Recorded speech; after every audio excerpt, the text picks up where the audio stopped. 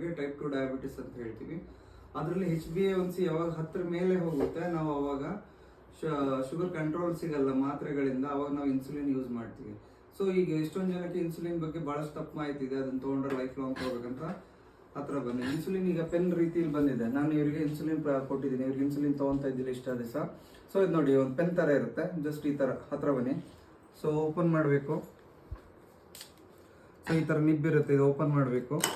ಇಲ್ಲಿ ಇದು ನೋಡಿ ಸೆಟ್ಟರ್ ಇರುತ್ತೆ, ಇದನ್ನು 10ಕ್ಕೆ ಸೆಟ್ ಮಾಡಬೇಕು. ಈಗ 10ಕ್ಕೆ ಸೆಟ್ ಮಾಡಿದ್ದೀವಿ. ಎದ್ದು ನಿಂತ್ಕೊಮ್ಮ. ಸೊ ನಾವು ಮೋಸ್ಟ್ ಕಾಮನ್ ಆಗಿ ಹೊಟ್ಟೆ ಭಾಗದಲ್ಲಿ, ಹತ್ರ ಬನ್ನಿ ಈ ಕಡೆ ತಿರುಗಿ. ಸೊ ಇಲ್ಲಿ ನೋಡಿ, ಹೊಟ್ಟೆ ಭಾಗದಲ್ಲಿ ಎಲ್ಲರೂ ತಗೋಬೋದು. ಸೊ ಎರಡೆರಡು ಗ್ಯಾಪ್ ಬಿಟ್ಟು, ಎರಡೆರಡು ಬರಳಿ ಗ್ಯಾಪ್ ಬಿಟ್ಟು ದಿನ ತಗೋಬೋದು. ಸೊ ತಗೋಬೇಕಾದ್ರೆ ಈಗ ಈ ಥರ ಇದ್ರ ತಗೋಬೇಕು. ಸೊ ಈ ಥರ ಹಿಡಿಬೇಕು, ಈ ಸಬ್ಕ್ಯೂಟೇನಿಯಸ್ ಟಿಶ್ಯೂನ ಹಿಂಗೆ ಹಿಡ್ಕೋಬೇಕು, ಒತ್ತಬೇಕು. ನೋಡಿ, ಏನು ನೋವಾಯ್ತಾ? ನೋವಾಯ್ತಾ? ಹಾಂ, ಈಗ ಹೋಯ್ತು. ಒಂದ್ಸಲ 1-2 ಸೆಕೆಂಡ್ ಹಿಡಿದು ಬಿಡಬೇಕು, ಮುಗೀತು. ಇದಾದ ತಕ್ಷಣ ಇದಕ್ಕೆ ಇದನ್ನ ನಿಬ್ಬು ಹಾಕ್ಬಿಟ್ಟು ಒಳಗಡೆ ಇಟ್ಟರೆ ಇದ್ರ ಕೆಲಸ ಮುಗೀತು.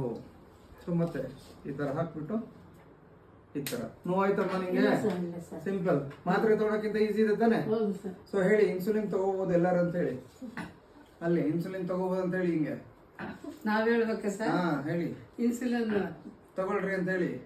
ಇನ್ಸುಲಿನ್ ತಗೋಬಹುದು.